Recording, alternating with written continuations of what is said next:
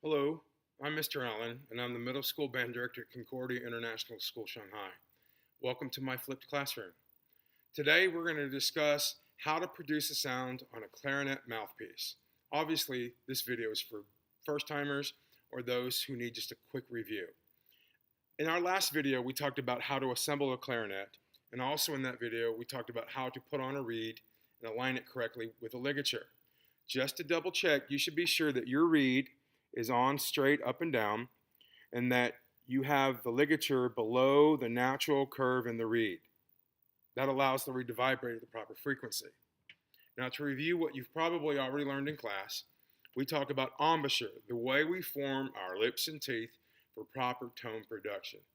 So I ask you to make a clarinet face or embouchure face. And to review the embouchure, I'm going to get really close here now. We want to smiley corners and we want to point our chins. It's like having a flat chin. And I could talk with that embouchure face at the same time. We need to make sure that we have a nice little cushion here for the reed. Be sure that you do this in front of a mirror and you can do a self-check. Refer to your performance fundamentals checklist that you were given in cadet band class. So again, we want to be sure that we have a slight cushion here for the reed and that the bottom teeth aren't showing, but you don't want to swallow your bottom lip. You need it out a little bit. So once I make my embouchure face, I'm going to look at the side of the clarinet mouthpiece, and you'll see approximately about where the reed and mouthpiece sort of become one and it disappears. It's right on the side, right there. And if I kind of put my thumb on this side where it is, that gives me about an idea of how much reed I need to have in my mouth. So when I make my embouchure face, I'm going to go mouthpiece placement, double check, and we want to be sure that we have the mouthpiece at the correct angle.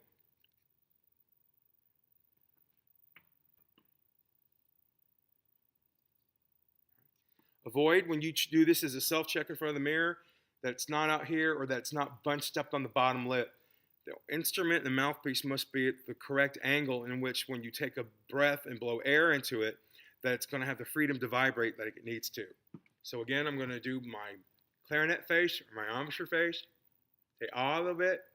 I'm going to rest the teeth down on the top and be sure there's no movement of the mouthpiece. And I'm ready to make a sound. Teeth, no movement. Then I'm going to take a deep, full, relaxing breath through my corners and play a long tone.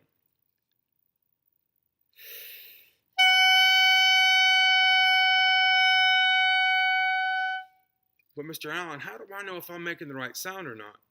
If you have a piano keyboard nearby, or if you have a sort of a music machine that can put on a sound, a particular note that will play and sustain itself, I'll use a piano for this demonstration. We want to match the note F sharp on a piano.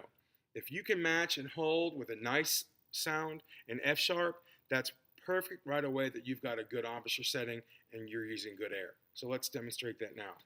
I'll move over here to the piano, put my foot on the sustain pedal. I'm going to play an F sharp, and then I'm going to match it with my mouthpiece sound.